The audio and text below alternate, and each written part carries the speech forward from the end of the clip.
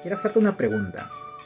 Cuando ese pensamiento, esa idea, esas ganas de querer hacer algo diferente o de arriesgar por algo nuevo aparecen en ti, no sé, estás haciendo tu día a día y de la nada ves a alguien haciendo algo que a ti te gustaría hacer, o ves a alguien emprendiendo algo que a ti de repente te animaría a hacer, o ves de repente en la televisión o por internet ese algo que te gustaría llegar a hacer, pero que hoy por hoy no haces porque simplemente no hay la oportunidad o no es el momento para ti, de repente por economía o quizás, qué sé yo, porque hay un no internamente que te dice, no, mejor no te arriesgues, ¿no? Porque de repente no nos sale bien, de repente puede ser muy complicado hacerlo, de repente no sabemos qué va a pasar y aquí donde estamos muy seguros y muy bien. Y por eso seguro no te arriesgas. Que déjame decirte, es lo que la mayoría de personas hoy por hoy hacemos. Me incluyo. Y a partir de eso, es justamente que nace el motivo de este episodio de Despira Connect. Antes de ir al capítulo, quiero leerte una frase muy, muy motivadora que en algún momento dijo Dalai Lama. La felicidad no es algo hecho, proviene de tus propias acciones. Qué profundo, ¿no? Y nos hemos puesto a pensar que de repente eso que estamos dejando pasar, que no nos arriesgamos a hacer, podría ser ese gran salto o esa oportunidad que nos podemos regalar a nosotros mismos para buscar ser felices. Muy interesante, ¿no? Este es un episodio pensado en ello, en salir de nuestra zona de confort. Te invito a que te quedes en este video. Vamos a inspirar a continuación.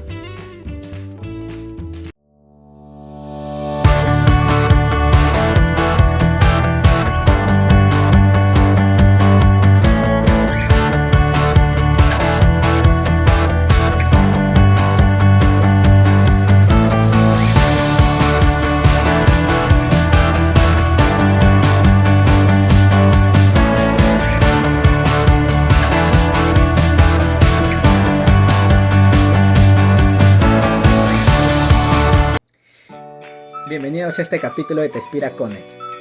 En este capítulo invitamos a Christine, quien amablemente vino a contarnos toda su historia relacionada a todo lo que ella hizo para salir de su zona de confort. Una historia súper motivadora, que creo que les va a agradar mucho y que deja muchísimas enseñanzas de todo lo que ella tuvo que pasar y que a pesar de todo eso que se comenzó a presentar, ella nunca se rindió, no se rinde hasta el día de hoy y sigue adelante en búsqueda de ese gran sueño que ella tiene. Gracias, Christine, por darnos el espacio y los dejo con esta interesante entrevista. Hola, ¿qué tal? Bienvenidos a este espacio de esta entrevista. Aquí estamos con Christine, que amablemente nos ha dado un espacio de su tiempo para poder contarnos una historia muy bonita y muy retadora de todo lo que ella ha podido emprender y hacer a lo largo de estos últimos años, que es motivo de orgullo para ella y que seguramente va a poder inspirar a todos los que escuchen este video. ¿Qué tal, Cristian? ¿Cómo estás? Hola Renato, muy bien, gracias por invitarme a tu canal y por darme este espacio de compartir mi historia, pero estoy segura que muchas personas, tal vez jóvenes y también profesionales, les va a interesar cómo es este camino de emigrar de un sector a otro sector o ir a estudiar al extranjero, que es prácticamente un poco sobre mi historia. Adelante, Cristian, muchas gracias, te escuchamos.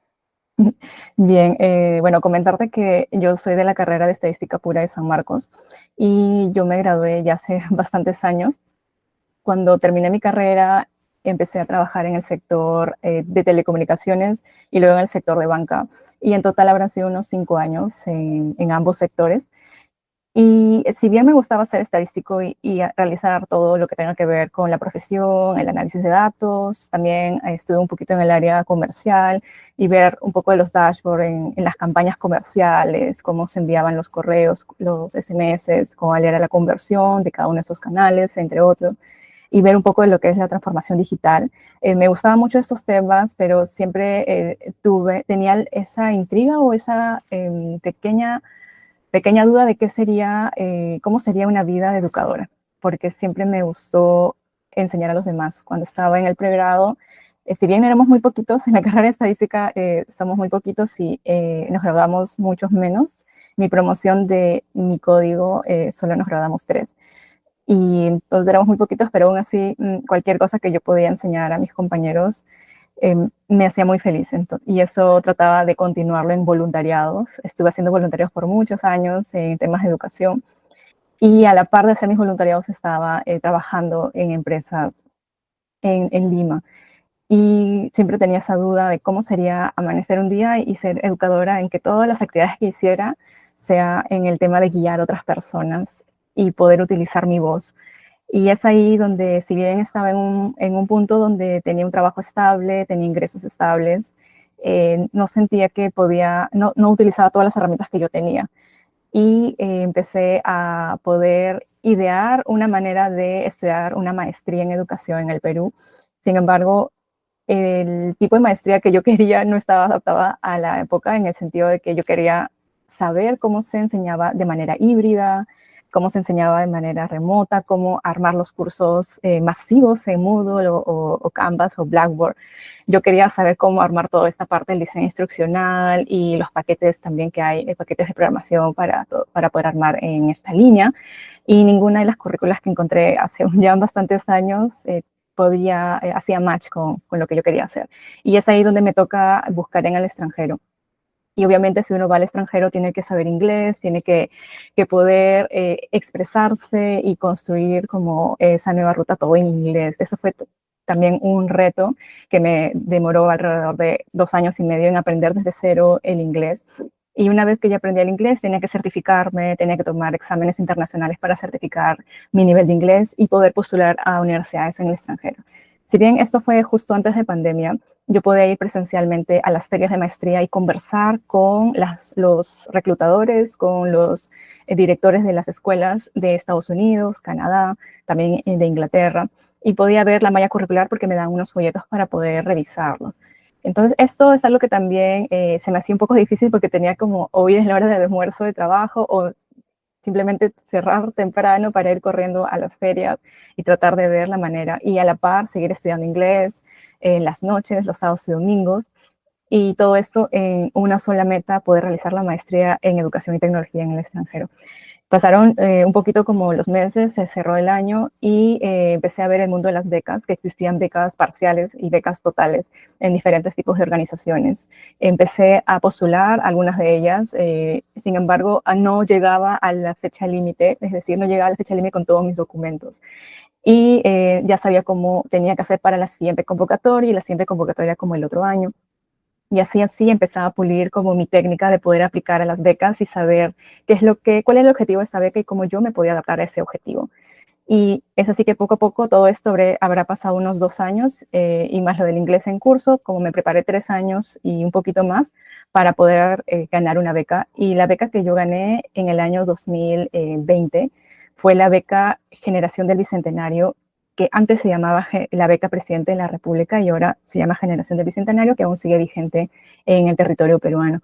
Y cuando yo gané esta beca era 2020 y ya sabemos todos qué pasó durante ese año.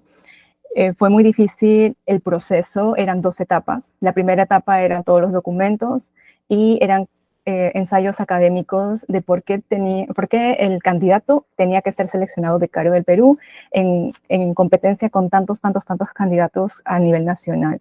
Y también había que poner otro ensayo académico de qué es lo que tú le darías al país en retorno después de haber recibido toda esta maestría o esta capacitación en este tipo de temáticas. Al pasar la primera etapa, la segunda etapa era de subsanación. Recuerdo que me observaron que la carta de aceptación no decía explícitamente que yo ya había pasado el examen de inglés. Y fue como ir corriendo al correo y mandar un horario de 6 horas a Inglaterra para que puedan crearme otra carta de aceptación en menos de 24 horas. Y agradezco mucho a la Universidad de Bristol, donde fui admitida previamente, que me hicieron la carta súper rápida para yo poder subsanar ese documento y que pueda continuar con el proceso. También cuando pasé la siguiente etapa, ya era un tema de que ellos por percentiles iban viendo de si, por ejemplo, la universidad que yo escogí estaba en el top 50 del mundo, yo tenía más puntaje, eso era en esa convocatoria. Ahora ya las cosas han cambiado mucho de eso, ya no hay tantas fases, es solo una. Y ya en la segunda fase fue en julio, donde anunciaron por orden de mérito el puntaje eran 150 becas y 120 para áreas priorizadas y 30 para no priorizadas. Dentro de las 30 estaba educación.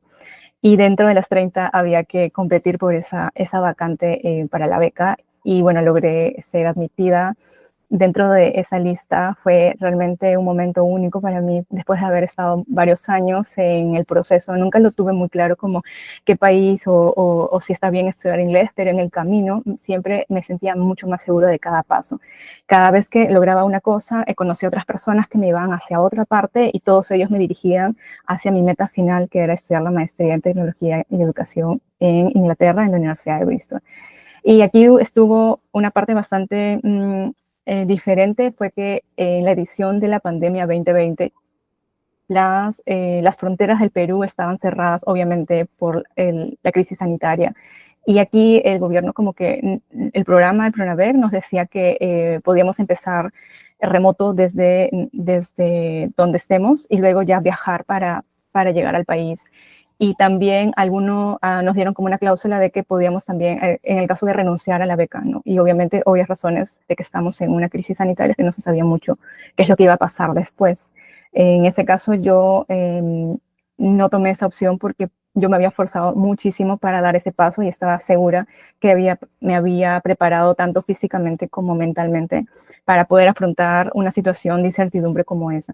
Y es así que yo continúo con el proceso de aceptar la beca y esperar las siguientes indicaciones. Hay que hacer muchos papeleos así bastante rápido, ir a sacar tu visa de estudiante primero por la plataforma del gobierno, luego ir a la embajada a que te tomen las huellas dactilares, a que te hagan una entrevista y tu pasaporte va directamente a Nueva York para que le pongan una estampilla de la visa de estudiante y luego regresa al Perú y te lo tienen que enviar un courier.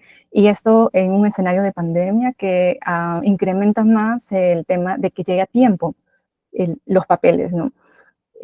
Felizmente todo salió bien, llegaron a tiempo los papeles justo donde me comunicaron que habían abierto las fronteras en octubre y el gobierno me decía como hay estas fechas para que puedas salir y también revisa con las aerolíneas. Yo llamaba a varias aerolíneas para ver si es que tenían vuelos humanitarios, que eran los únicos que salían del país y recuerdo haber salido el 15 de octubre del 2020 del Perú. Y fue un momento muy emotivo para mí porque en ese punto yo estaba trabajando en automático, ¿no? Como, ok, tengo que hacer la beca, tengo que conseguir los papeles, todo tiene que estar en orden, mi maleta, qué cosas puedo llevar, qué cosas sí, qué cosas no. Tengo que también despedirme de mi actual trabajo, ¿no? Y como que había muchas cosas, pero el día que salí del Perú, me di cuenta que no me dio mucho tiempo despedirme de mis familiares. Y eso también es algo que creo que todos los becarios de la edición 2020 sentimos. Cuando llegamos al aeropuerto Jorge Chávez y no había nadie, prácticamente éramos los únicos que estamos en esa franja horaria para tomar el vuelo humanitario. Y subir un avión que estaba prácticamente vacío, cada tres, era como una fila, una fila no, otra fila, una persona, y un avión tan grande como el de Air France estaba súper vacío y las personas todos estamos con todos todas las mascarillas y todas las partes de protección que teníamos que tener. Estábamos muy nerviosos porque no sabíamos cómo iba a operar el vuelo, en el sentido de que no había muchas personas, se sentía como un escenario de película, pero agradezco mucho a todos los operarios del aeropuerto Jorge Chávez que pudieron indicarnos con facilidad, nos daban todas las respuestas adecuadas para que nosotros podamos llegar al vuelo, entrar al vuelo y salir del país. Y cuando llegué al aeropuerto de Heathrow en Londres, me impacté con las magnitudes del aeropuerto. Es súper, súper grande, solo te puedes transportar tienen como un pequeño tren donde puedes transportarte de lugares. y viajé con 2 becarias más en ese vuelo porque ellas también iban a Inglaterra. Una de ellas iba para doctorado y la otra becaria para maestría. Y por lo menos sabía de que podía contactar a 2 personas más, 2 peruanas dentro del Reino Unido. Al llegar al Reino Unido, a Inglaterra en específico, hay que tomar un bus directo a Bristol. Entonces traté de a las 11, 12 de la noche buscar en los paneles cuándo salen los buses y poder llegar a Bristol. Más o menos a las 2 de la mañana llegué y ya tenía agendado con uno de los hoteles de ahí para hacer la cuarentena, ya que era obligatorio realizarlo en Reino Unido por 2 semanas. Después de mi llegada, hubieron otros tipos de alineamientos donde el mismo gobierno de Inglaterra decía qué hoteles en específico podías tú hacer la cuarentena y lamentablemente escogían hoteles mucho más carísimos, así que eso fue como una ventaja para mí, porque yo pude escoger un hotel mucho más económico para poder hacer la cuarentena, que obviamente iba por mi cuenta, ¿no? Eh, Bien, una vez que llegué a lo que es Bristol y con la otra becaria que también nos estudiamos juntas, el hecho de estar en las clases virtuales, porque no podíamos ir todavía a la universidad, fue también un reto y poder estar como al día de ese primer año de maestría full time, donde los 7 primeros meses tenemos 2 semestres de 10 semanas y los últimos 3 meses hay que hacer la tesis, escribir, hacer la investigación, hacer todo el trabajo de campo y publicarlo y solo nos daban un solo intento para subirlo a la plataforma. Entonces yo ya sabía como todo lo que se me venía en mente, tenía que organizarme muchísimo y también estar como muy alineada con las actualizaciones del gobierno de Inglaterra. Al acabar el 2020, iniciando el 2021, el gobierno empieza a publicar las fechas para vacunación y eso sí fue algo que nos alivió a todos los estudiantes extranjeros, el hecho de saber que estamos en la lista de los primeros meses para que podamos tener es la vacunación y también eso nos daba como mayor tranquilidad de poder movernos alrededor del país, ya que no podías viajar alrededor del país si no tenías tu QR con el código de vacunación en tu celular, ¿no? Y eso era importante tenerlo. Y bueno, entonces cuando yo ya estuve en la maestría fue como todo un sueño hecho realidad, así con todo el escenario que estaba pasando, porque los profesores que encontré en Inglaterra me inspiraron muchísimo para ser educadora. Ellos tienen otro tipo de metodología en la enseñanza, su manera de hacer mentoría y de poder enseñar es más horizontal. Ellos no te dicen como, no quiere que le digas de usted, el idioma es bastante horizontal y te hace sentir con mucha confianza de preguntar todas las dudas que tengas. Y mis profesores eran como bestsellers, publicaban un montón de libros al año, hacían mucha investigación y tenían una manera muy única de conectar con los estudiantes, aún estando en virtual mientras hacíamos cuarentena y en presencial aún más. También algo muy interesante es que los directores de escuelas les gustaba hacer reuniones con los estudiantes ya en 2021, cuando ya todos estábamos vacunados, para conocer a los estudiantes fuera del rol de la universidad. Hacíamos como ciertos picnics o caminatas dentro de la ciudad de Bristol, ya que es una ciudad portuaria, que hay varias partes de historia dentro de la ciudad. Entonces eso fue algo que me gustó mucho, que la misma directora de Escuela de Educación lo hizo para todos los estudiantes, invitó a todas las escuelas. Y una vez que ya empezó mi fase de hacer la maestría, la tesis de maestría, mi tesis se centró en poder investigar la adaptación de un entorno remoto de emergencia que no es una enseñanza virtual, sino es una enseñanza, un escenario temporario, se llama ERT, es entorno remoto de emergencia, y hacia lo que vendría a ser que los profesores peruanos iban hasta ese entorno remoto de emergencia porque previamente estaban en la enseñanza presencial. Entonces yo investigué este tema de adaptación en los profesores de secundaria del Perú, de 2 escuelas en Lima, con una técnica de narratología para poder capturar sus historias, analizarlas con una técnica más que iba dentro de este marco y poder encontrar cuál es el marco teórico en un escenario de enseñanza remota de emergencia en el Perú. Finalmente, hacer toda la salida de campo virtual, luego hacer la transcripción del español al inglés, hacer todo el análisis de datos, todo fue bastante rápido y mis asesores fueron también muy exigentes y estaban conmigo cada semana mandándome correos de que cómo vas y cómo vamos a tener estas reuniones porque los tiempos eran muy cortos para poder entregar la tesis de maestría. Estuve muy, muy feliz con mis resultados y finalmente logré subir mi tesis y ya a los meses posteriores tener la tranquilidad de que había aprobado ya todo el programa de maestría en educación, tecnología y aprendizaje en la Universidad de Bristol. Y bien, eso es como todo lo que pasó allá y posteriormente yo regresé al Perú a hacer mi servicio al país y ya llevo más o menos 3 años y medio siendo docente universitaria en diferentes universidades en temas de estadística, tecnología, storytelling con datos, pero siempre desde una mirada bastante única con las metodologías activas, gamificación, con todo lo que aprendí en la maestría en Inglaterra. Qué historia más inspiradora, Kristen. La verdad, muchas gracias por compartir. Y creo que todos los que te hemos escuchado debemos tener de repente ahí por ahí algunas preguntas. Yo me quedaría con la primera.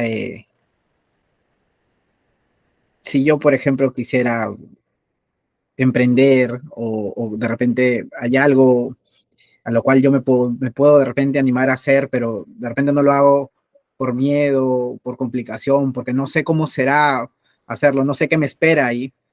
¿Tú qué consejo le podrías dar a alguien que está en esa situación? Ujú. Creo que es importante tener un instrumento donde puedas transferir esas dudas. Yo siempre usaba un cuaderno de diario o como un journaling, que ahora se llama como una técnica de journaling, donde puedas transferir todas esas ideas y dejar de tenerlas en la mente, porque cuando las tienes en la mente no las tienes estructuradas, están todos como si estuvieran en bucle.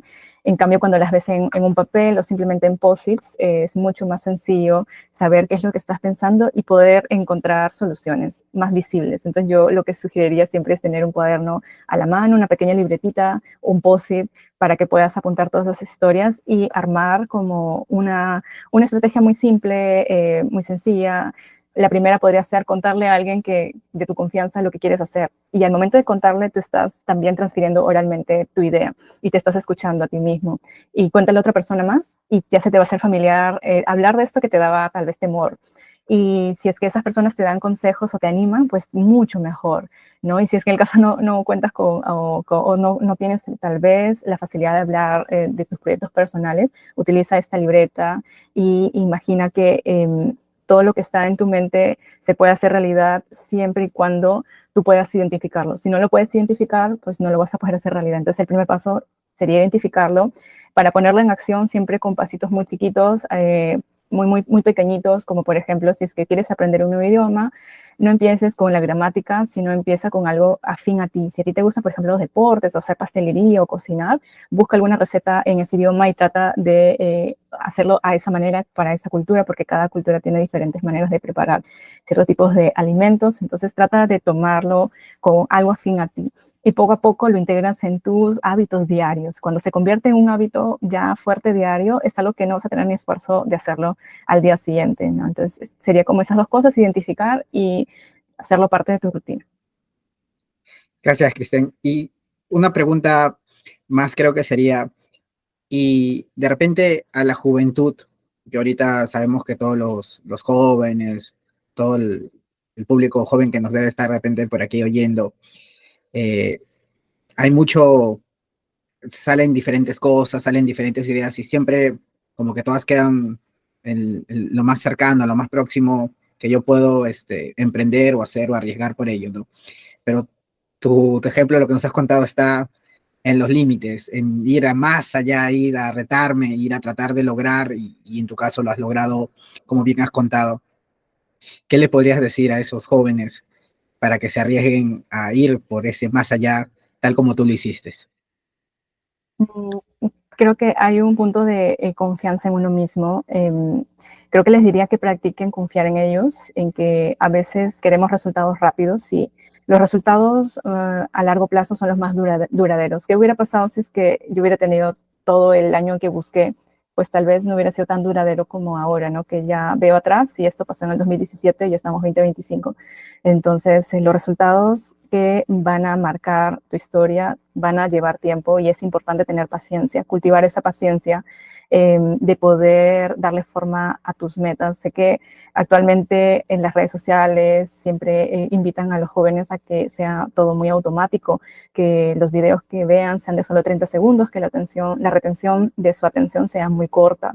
Y yo les recomendaría que traten de no estar tanto en redes sociales. Yo algo que hago, por ejemplo, es que cada vez que tengo que enfocarme en algo, guardo mi celular en un cajón y lo puedo dejar todo el día. y me enfoco en hacer las cosas. Y así, si tengo algo adicional o una reunión, lo anoto para saber que en ese momento me van a llamar o algo así, pero trato de hacer un espacio, una distancia entre el celular, que posiblemente aparezca algo en redes sociales, y mi trabajo, no solo profesional, sino en otros tipos de especializaciones como educadora que me gusta a mí aprender. Entonces, es lo primero que les diría a los jóvenes: dense un espacio de las redes sociales para que estén con ustedes mismos. Muchas gracias, Cristel, por esa bonita respuesta. Y creo que todos deben estarse preguntando cómo te podrían contactar o dónde te pueden ubicar. Y de repente que nos cuentes un poquito más de ese canal de YouTube que contabas. Claro que sí. Bueno, en LinkedIn me pueden encontrar como Christine Hawa, y tengo un canal de YouTube donde estoy subiendo algunas cápsulas de mi experiencia en el extranjero, que se llama Sueños de Christine. Sueños de Christine sin ñ, es con la N por el mismo canal de YouTube. Y simplemente ahí voy subiendo cada semana una cápsula de cómo fue mi experiencia en el 2020 y 2021, y también de cómo pueden ustedes estar en el extranjero y hacer diferentes actividades para poder viajar dentro del país. También hubo una oportunidad donde encontré una plataforma para cuidar mascotas que me ayudó más adelante, ya después de haber estudiado y regresé, para poder viajar a otras ciudades y asistir a entrevistas de trabajo. Entonces, toda esa información de cómo poder moverse como estudiante extranjero, como profesional, cómo hacer cartas de recomendación, cómo buscar esas universidades que se alineen con tus objetivos, voy a ir subiendo esas cápsulas en el transcurso de las semanas. Muchas gracias nuevamente, Cristín, por el espacio. Tus redes y todo lo que has comentado lo vamos a poner aquí en la descripción. Y gracias por darnos este espacio para poder inspirar a los demás a partir de tu historia. De todo lo que te veamos, te lo agradecemos mucho. Gracias, Renato, y bueno, hasta otra oportunidad. Gracias. Bien, ya Christine nos contó todo. Es súper motivador escuchar su historia. Nuevamente, gracias por haberte sumado al canal. Aquí en la descripción estamos dejando sus redes para que puedan ubicarla. Y solo como mensaje final, reforzando ya lo que Christine explicó, no queda más que arriesgarnos, amigos. La decisión está en nosotros mismos. A mí me deja, y esta semana escuchaba mucho el comparar el salir de tu zona de confort como que nosotros fuéramos peces que vivimos dentro de una pecera. Y en la pecera cualquier pez siempre va a estar feliz, porque tiene todo para vivir dentro de esa pecera. Pero saliendo de la pecera está el mar. Estamos rodeados de un inmenso mar, y es decisión de nosotros, como los pescaditos de esa pecera, arriesgarnos a salir de ello. La llave de la pecera la tienes tú, y es cuestión de quererlo hacer. Y junto con lo que cuenta Christine, te invitamos a ello. Esto fue, amigos, el capítulo de Te Inspira Connect. Gracias por vernos. Hasta pronto.